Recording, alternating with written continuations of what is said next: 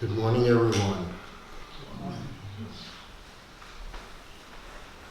Happy Easter, happy Passover, happy spring to everyone. Thank you for turning out on the holiday.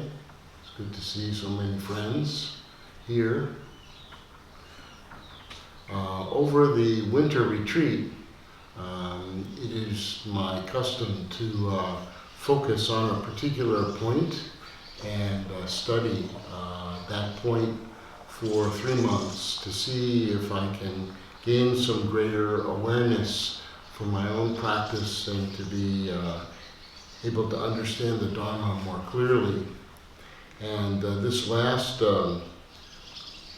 winter retreat, I really needed to work on my own attachments to outcomes. Very easy to put a lot of effort into something and then the outcome is not what you thought and then attachment sets in. It didn't turn out as I thought. So I really needed to work on this, and the best way that I found that I could do that would be, of course, to look at the Buddha's teachings on right effort. So this is one of 2 talks. The other one I'm going to give at the retreat coming up in May on right effort. So this one particularly focuses on the Buddhist instructions regarding how to go into mindfulness more deeply and more quickly as soon as we sit on the cushion. I found that in talking with people about their practice, that many people say, well, I sit down and I plan I'm going to sit for 5 minutes or 10 minutes or 20 minutes, and the first 10 minutes of my practice, my mind is wandering a lot. So how can I bring my mind into focus as soon as I sit on the cushion, as soon as I'm ready, rather than to have my mind do so much wandering? So this is about that right effort. So our purpose today is to learn about how to start sitting with a strong intention to focus on the meditation object and to look at the formulas that the Buddha talked about that would be ways of helping to prevent the mind from wandering, and to look at a particular sutta, the Kayagata Sati Sutta, and how that can be helpful. And then finally, how is it possible that there is a clue in this particular sutta regarding what's called the 9 abiding mind practice, which is a later practice in Mahayana. We say that in every Mahayana practice there is always a corresponding source in the original Buddhist teaching.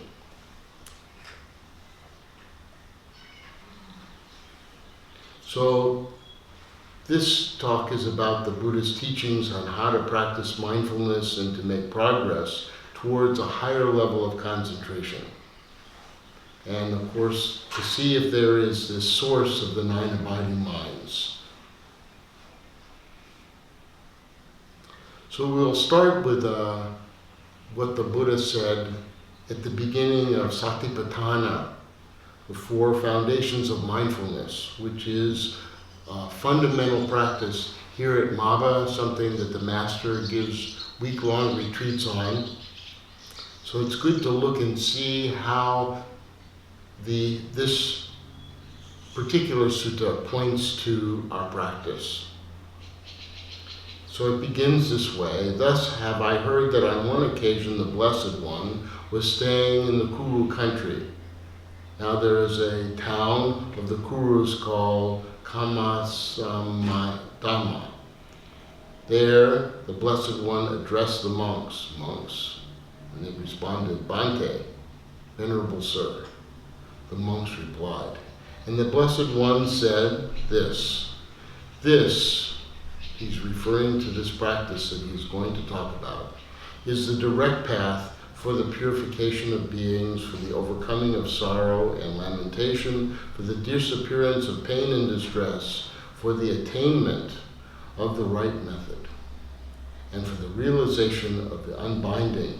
In other words, the four frames of reference. Which four? So the Buddha immediately says, this is an important practice for many reasons. There is the case where a monk remains focused on, first, the body in and of itself, and then he gives this instruction, ardent, alert, and mindful. Putting aside greed and distress with reference to the world, he remains focused on feelings. That's the second part. The third part, the mind. The fourth, mental qualities or phenomena in and of themselves. Ardent, alert, and mindful. And again, putting aside greed and distress with reference to the world. Greed meaning here, I want. And distress is not getting what I want. And how does a monk remain focused on the body in and of itself? There is the case where a monk, having gone to the wilderness to the shade of a tree or to an empty building, sits down, folding his legs crosswise, holding his body erect and setting mindfulness to the fore. Always mindful, he breathes in. Always mindful, he breathes out. This is the original instruction. Now he's giving this instruction before the person begins their practice. So in all the teachings on Satipatthana, the four foundations of mindfulness, on how to practice mindfulness of the body as body, in all of the teachings on anapanasati, mindfulness of the breath, the Buddha begins with this same fourfold formula that I'm going to now share with you. This is what is said in all of these teachings on mindfulness. Breathing in long, he discerns, I breathe in long. Breathing out long, he discerns, I am breathing out long. Or breathing in short, he discerns, I am breathing in short. Or breathing out short, he discerns, I am breathing out short. He trains himself. I will breathe in, sensitive to the entire body. He trains himself, I will breathe out, sensitive to the entire body. He trains himself, I will breathe in, calming the bodily fabrications, or bodily formations, which represents the breath. He trains himself, I will breathe out, calming the bodily fabrications. So this is the instruction, as I say, is given in every one of the teachings on mindfulness of the body and mindfulness of the breath, anapanasati. So what is the meaning of this fourfold instruction? So the first parts of discerning the breath in and out, long or short, means that at first we should just observe our breath, just as it is, without concern about whether it's right or wrong, good or bad, long or short, etc.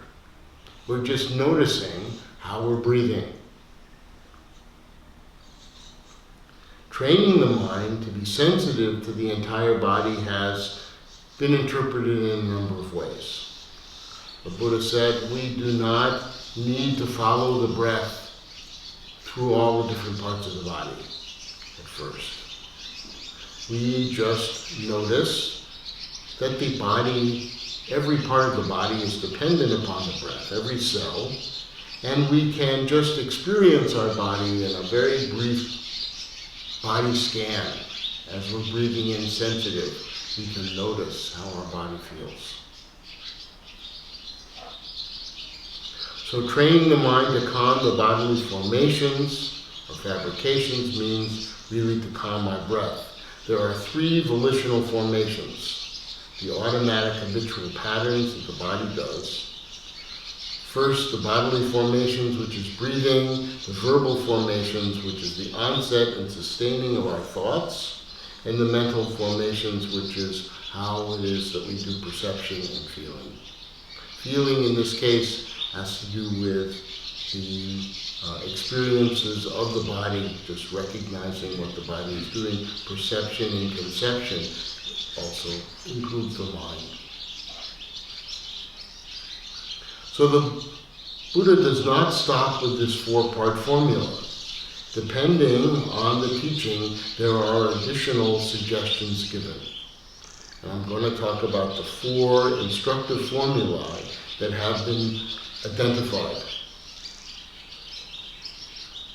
So the first formula is found in Satipatthana and 20 other suttas.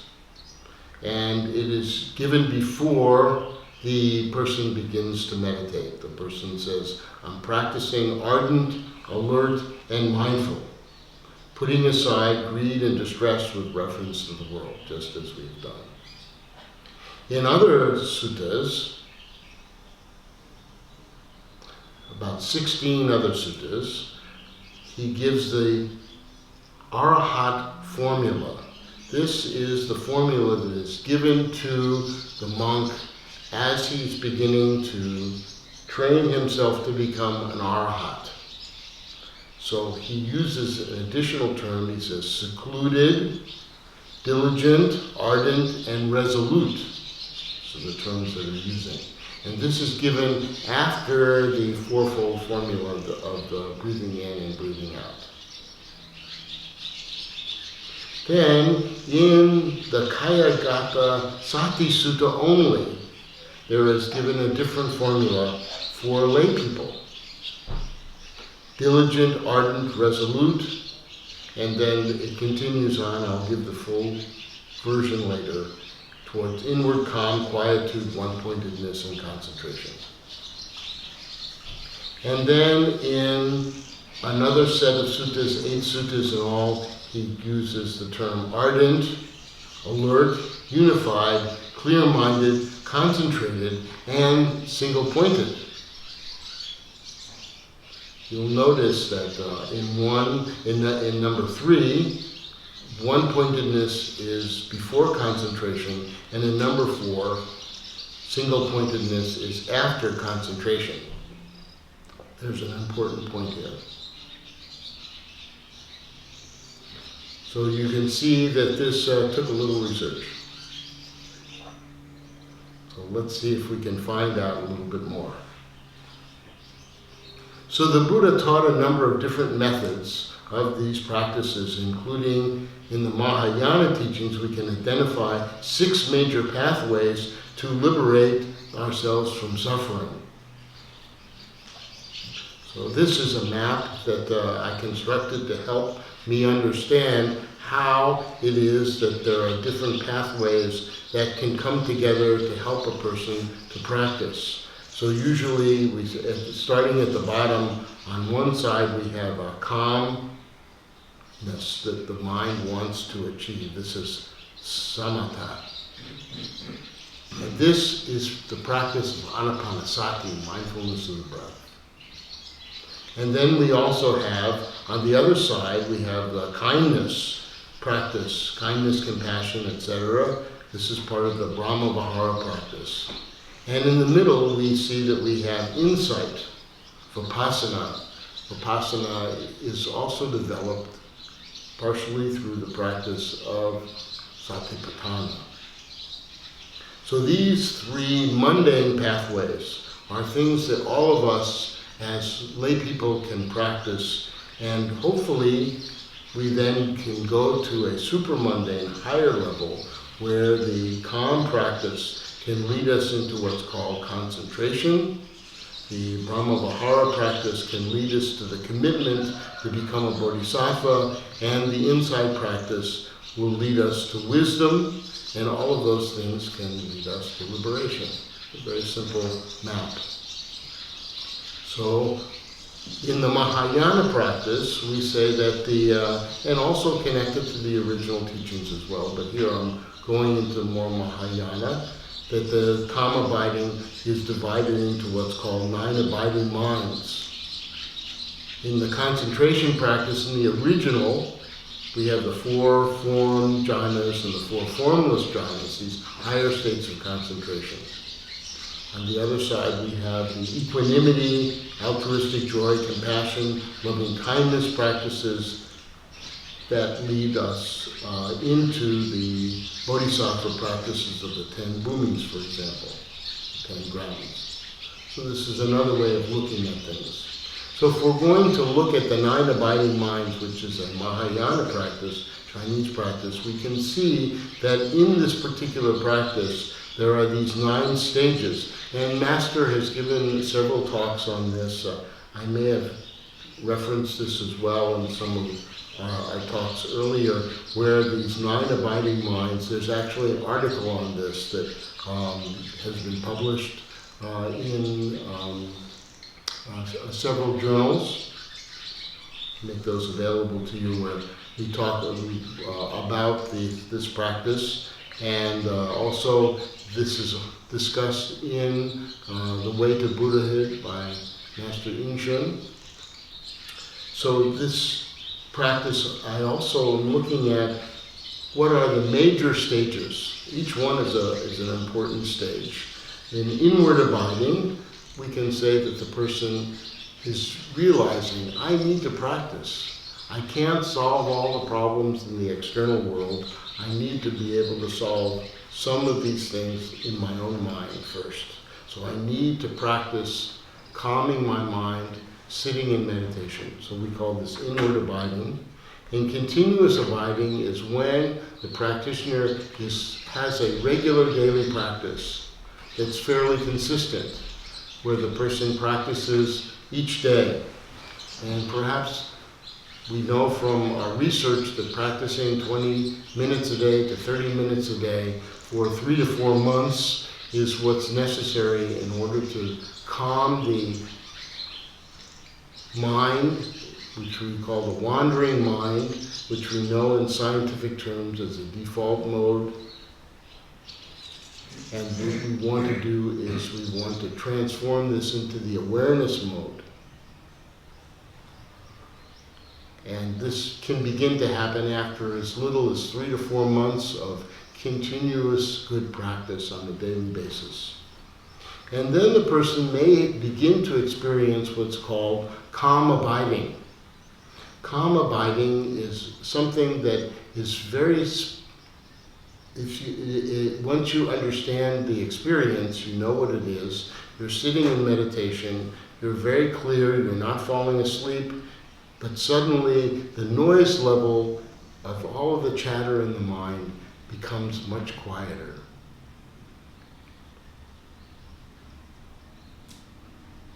There isn't so much chatter going on.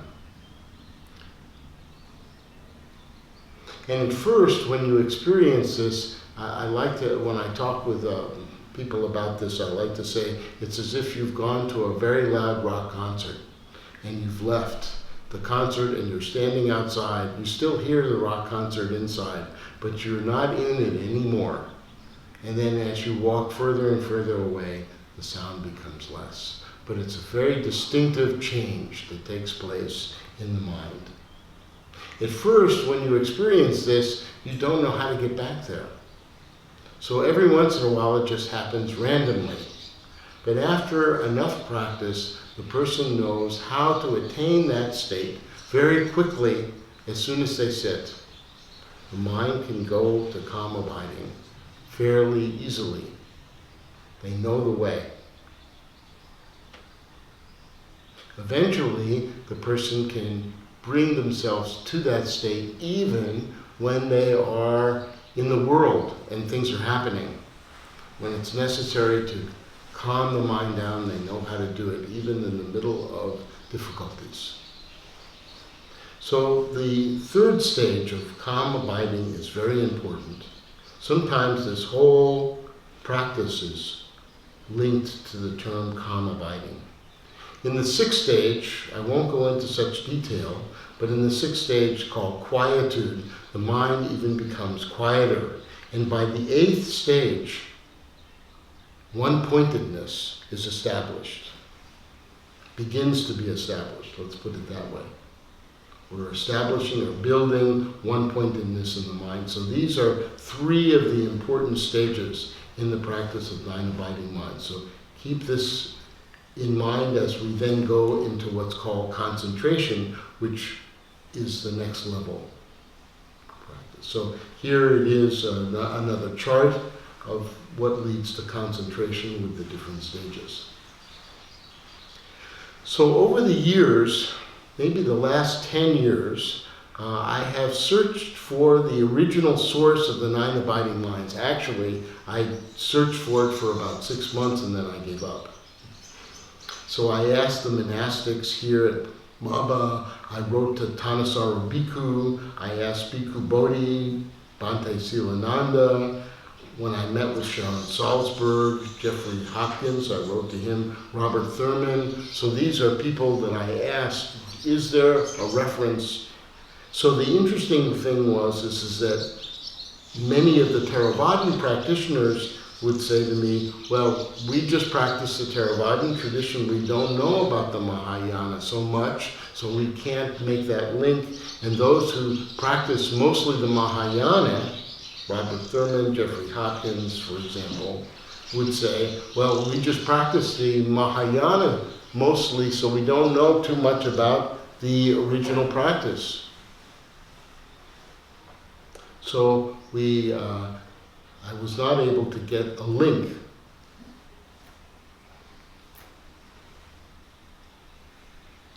As you can see, the 9 abiding minds leads to concentration. And the concentration has these 4 form and formless jhanas.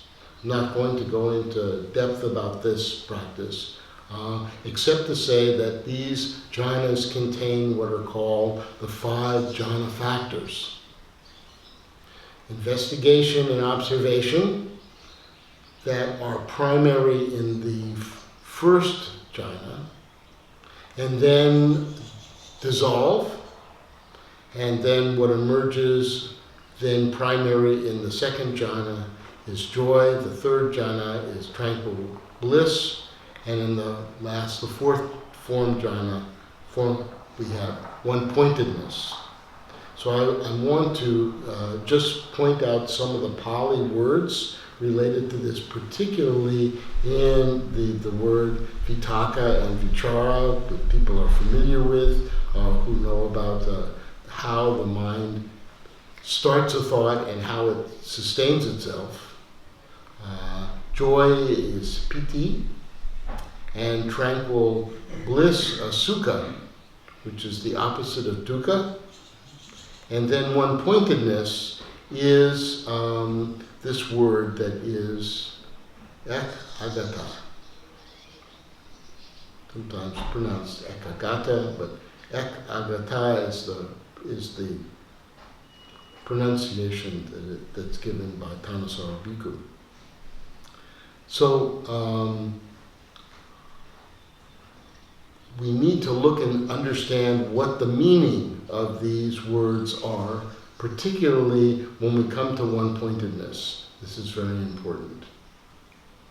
So we can say that as we go through each one of the jhanas, the primary jhana factor dissolves, and the other factors become more primary until finally only in the fourth jhana we have ek agata, and then that dissolves as well as we go into the formless jhanas. So we can see that one-pointedness is the highest of all of the jhana factors. And I'm not going to talk so much about the formless jhanas. So returning to the 4 formulas that the Buddha gave.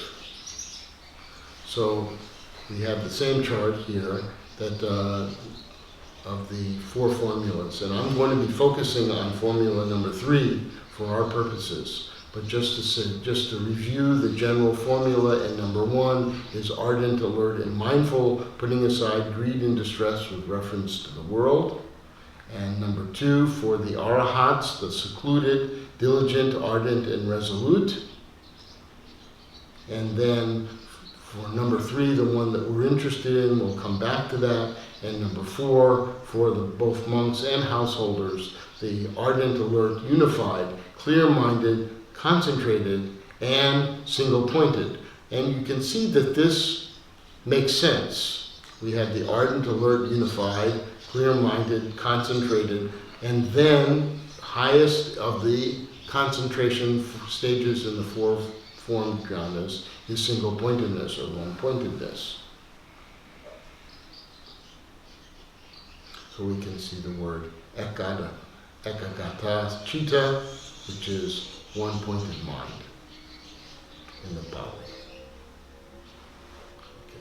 So now we're going to come back to number 3. This is the one in the Kaya Gata Sati Sutta. Kaya means body, Sati means mindful, and Gata in this case, this word means to immersing. So it's mindfulness immersed in the body. So it begins after the 4-step formula of breathing in long, all the way to breathing out, calming the breath. He says, we practice diligent, ardent, and resolute. His memories and intentions based on the household life are abandoned. So we know that this is related to householders. And the third part is, with their abandoning, his mind becomes steadied internally, quieted, brought to singleness and concentration. Note the order here, that brought to singleness comes before concentration here.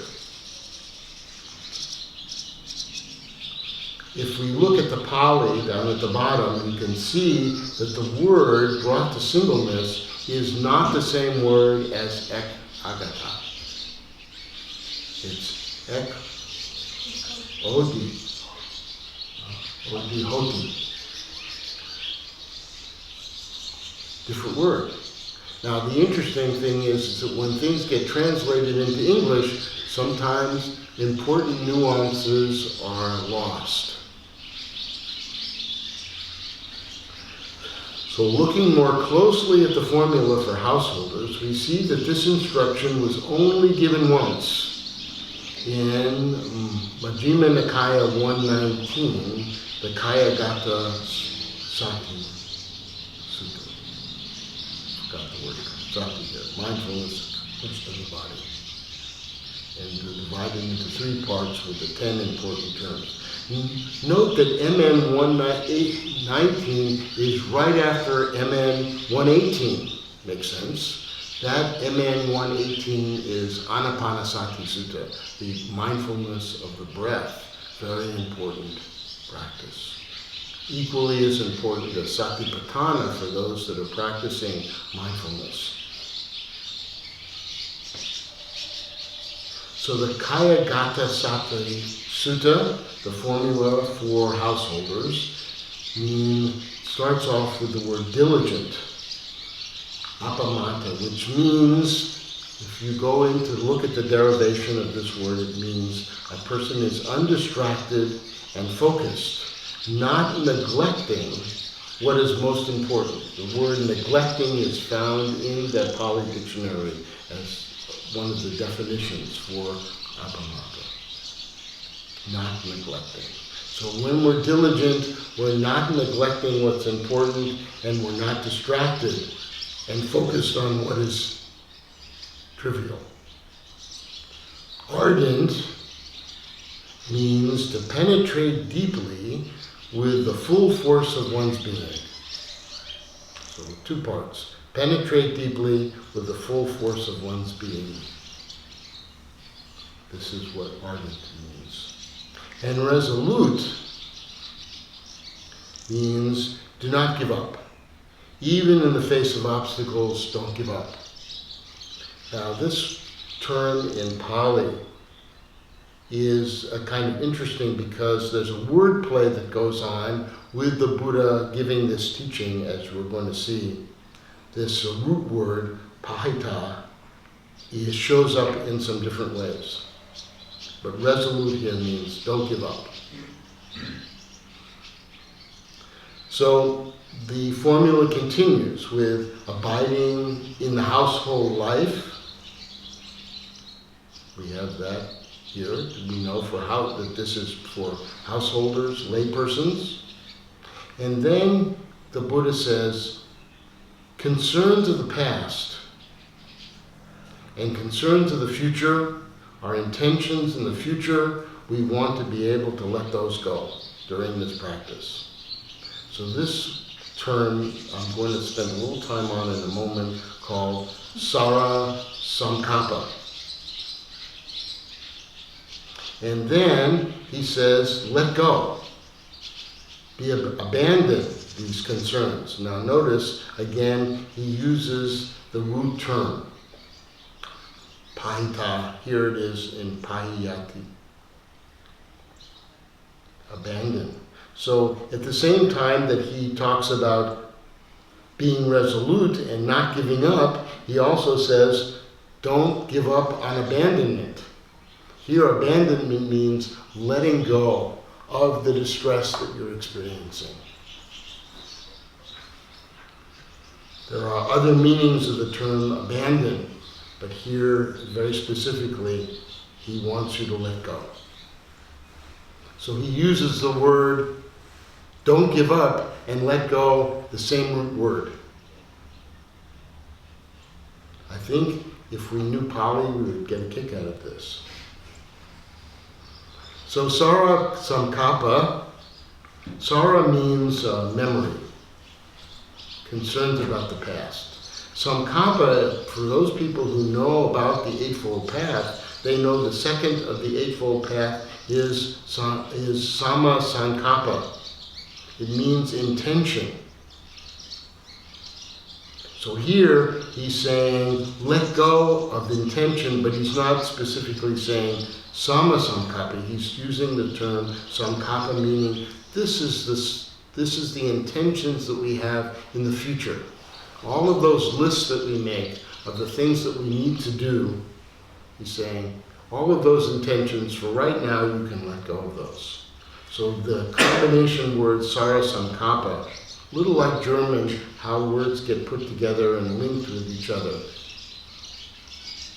We want to let go of our concerns of what we've done in the past, and we want to be able to let go of the gotta-do list that's in the mind. So as soon as we sit diligent, ardent, resolute, let go of concerns of our memory, concerns of what we have to do.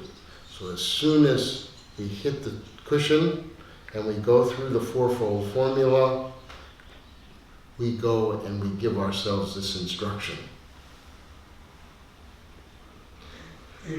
Now the last part of the formula, I have just a few minutes left. The last part of the formula of the Kayagata Sati Sutta has to do with practicing.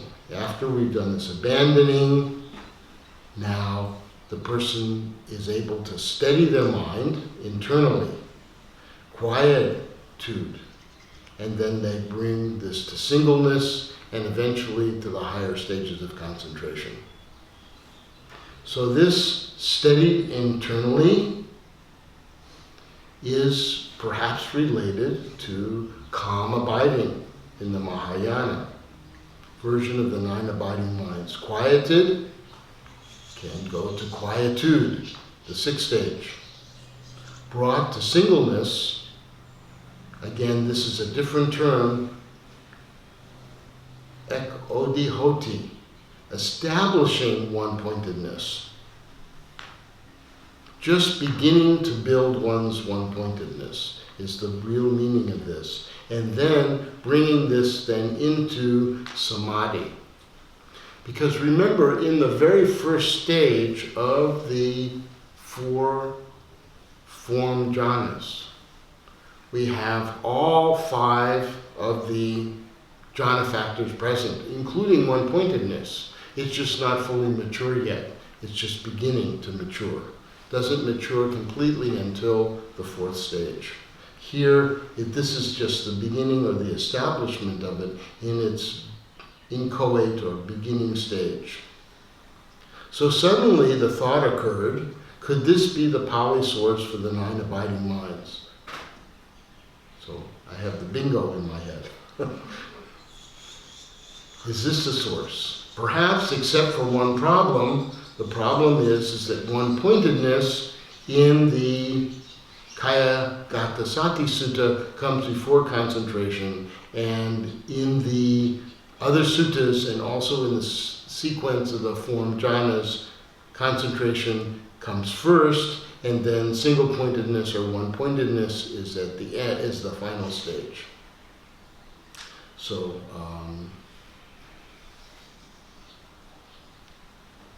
this is resolved by understanding that the term ekagata and the term ekodihoti are two different terms. And the word found in the 9 abiding minds is a word that has to do with just the prime beginning development, and the word that's used in the form jhanas at the highest stage, the one-pointedness is fully developed. So this is what these slides are talking about, going through the history of the word. Ekodihoti means composed, settled, one-pointed, but in its beginning stage, as in a building or establishing one-pointedness at the very beginning. So by being able to look into the meaning of the words, you can see that ekodihoti means to build or establish one-pointedness. One-pointedness is just getting started, and it comes before concentration, and ekagata means one-pointedness is completed to the point that even this one-pointedness is going to dissolve so that the person can enter into the formless jhanas. So that's my conclusion here, is to start practicing sitting with this strong intention to focus on the meditation object. As soon as we sit, we go through the 4 formulas in our mind, breathing in long, breathing in short, breathing with the intention of surveying the body and calming the breath.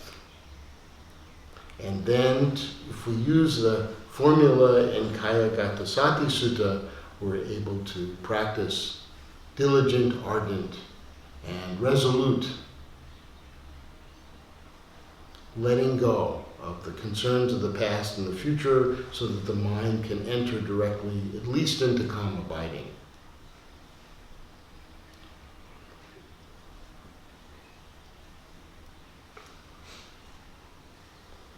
So this was the result of 3 months of research into this topic, and also practicing every day with the 3rd formula, helping myself and hopefully to be able to help others, to be able to let go of my attachments that are still there, concern about when things don't go the way you plan.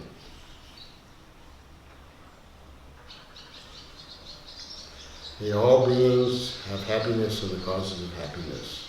May all beings be free from suffering and the causes of suffering.